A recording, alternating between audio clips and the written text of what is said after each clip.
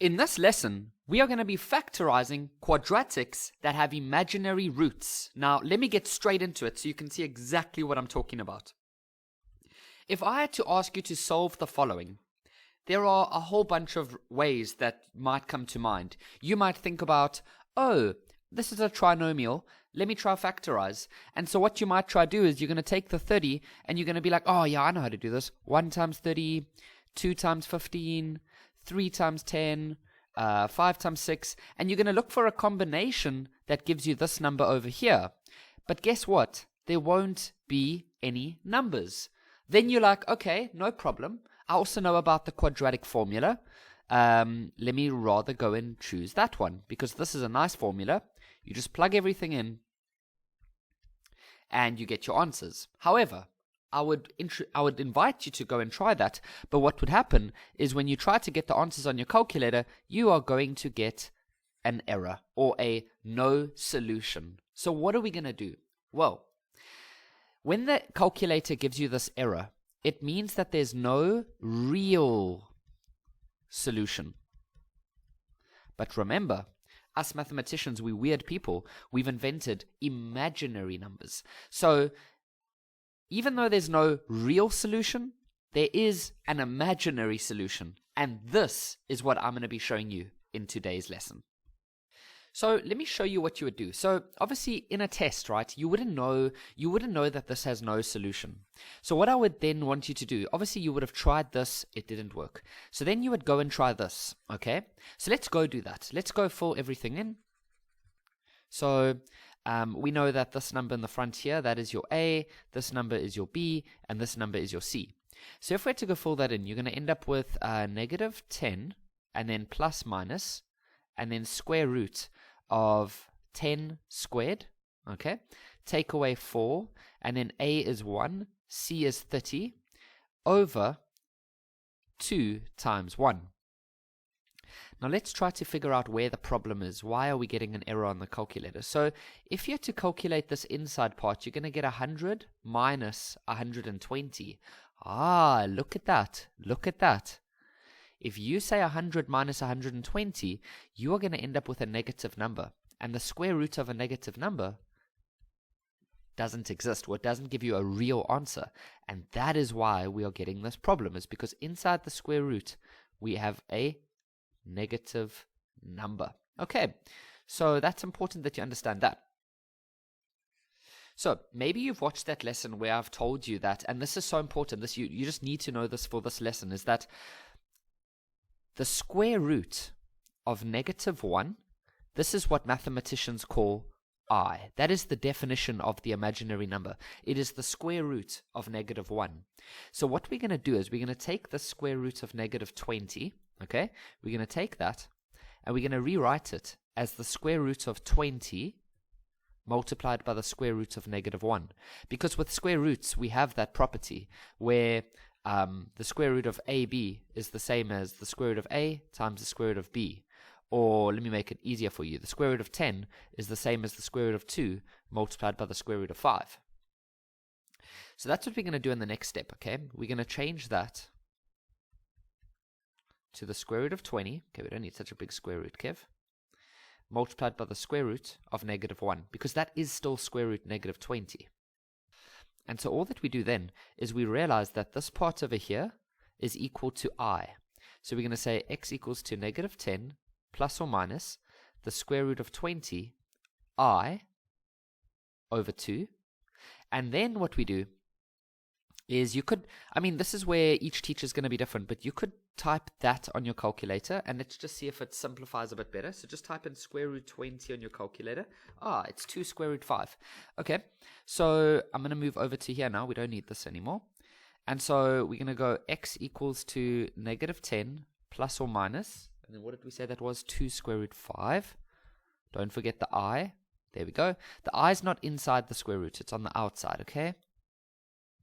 And then over 2. There we go. And so what happens now is, so technically some teachers would actually stop there, but what a lot of teachers will do is they would then divide this 2 into the negative 10 and into the 2 square root 5. And so that's going to end up giving us negative 10 over 2 plus minus 2 square root 5I over 2. You see, I just divided the 2 into both of those parts. And now you just simplify. So that'll give you negative 5 plus minus. Now these 2's are just going to cancel out. So square root 5I. So there's your two answers. The first answer, you would just keep it as a plus. And the second answer, you would keep it as a negative. And that's it. That is how we do these types of questions. So all I want you to do, and we are going to do more examples now, but all I want you to do is in a test, don't worry if it's got an answer or not, if it's imaginary or not. You're just going to try factorize the normal way, and it won't work. Then I want you to go try this formula. And if you end up with a negative inside there, then I want you to be like, aha, it's one of those. And then you just follow this process. Okay, let's do another 2 examples. So here's our next one. So once again, if you get to this in a test, you don't know that if it's got real answers or not. You wouldn't know that. So what you would do is you would probably try factorize it the normal way. So you'd say 1 times 8, 2 times 4. And then you would look at these numbers and you would try to see, can any of those combinations give a negative 3? And then you would realize, no. Okay, so that doesn't mean necessarily that it's not going to have any real answers. So then what you do is you go to your next step, where you try the quadratic formula.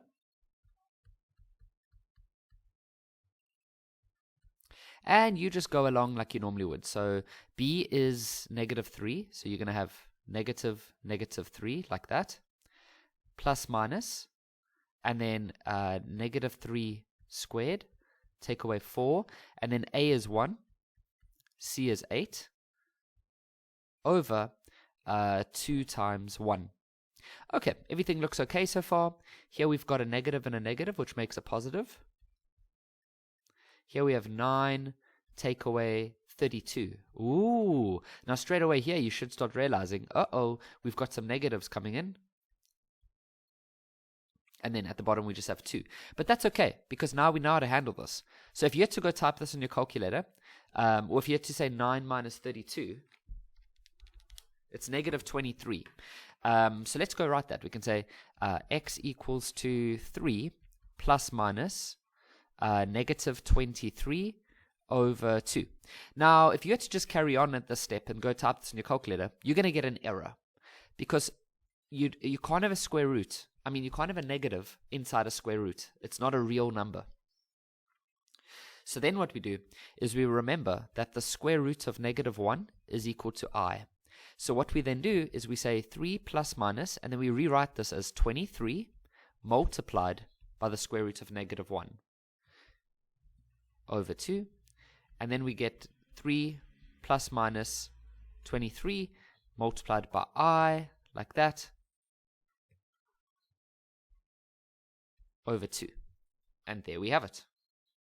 And so now what we do is we just try to simplify a little bit. So we could maybe try this on the calculator, but I think that is as simplified as we can go. Yeah, okay, so that doesn't really change. So what we then do is we take this 2 and we just divide it into those 2 parts. So we're just trying to split it up so that we get the real part and the imaginary part. I'll explain that part now. And so that's going to give us x equals to, so we're going to say 3 over 2, and then plus minus square root 23i, so that the I is not in the square root, over 2. And so there's your answer. Your teacher might even leave it like this, but a lot of teachers split it up, and then they say that this is the real part, and then this part here is the imaginary. Because remember, in a few lessons ago, or like in a few chapters ago, we said that you get things called complex numbers, which is where you have a real part and you have an imaginary part. So this is the real part, and then this is the imaginary part. Okay, let's do one more example. So here we go. Once again, if you had this in a test, you would probably try the normal factorizing, which is good. That's what you should always try to do. 1 times 12, 2 times 6, 3 times 4. But what you would find is that none of these combinations, no matter what you do, would ever be able to give you negative 2. Okay, so then what you try to do is you try use the quadratic formula. A. And so what then happens is we say negative, and now b is negative 2. Okay. B once again is negative 2, put in a bracket, and then take away 4. A is 1, C is 12, and then at the bottom we have 2 times A, which is 1, and now we just start simplifying. So that's going to give us 2 plus minus, and then we're going to end up with 4 take away 48. So that's going to give you a negative, right? And then over 2. Okay, so then in the next step, I'm just going to write it up here. We end up with 2 plus minus square root of negative 44 over 2. So you see, once again, there you've got that negative. So all that we then do is we go rewrite it as 44 multiplied by square root negative 1. And then we end up with 2 plus minus. I'm going to type in the square root of 44 on the calculator just to see if we get something better. Yeah, we do. We get 2 square root 11. And then square root of negative 1, well, we know that that is I. There we go. Now what we do is we just divide this 2 into this part and also into this part. Okay, and so then what happens is you end up with 2 over 2 plus minus 2 square root 11 over 2 I. And then that's just going to become 1. And then these 2's are going to cancel out over there. So you're just going to end up with plus minus, let me just say plus and minus, square root 11 I.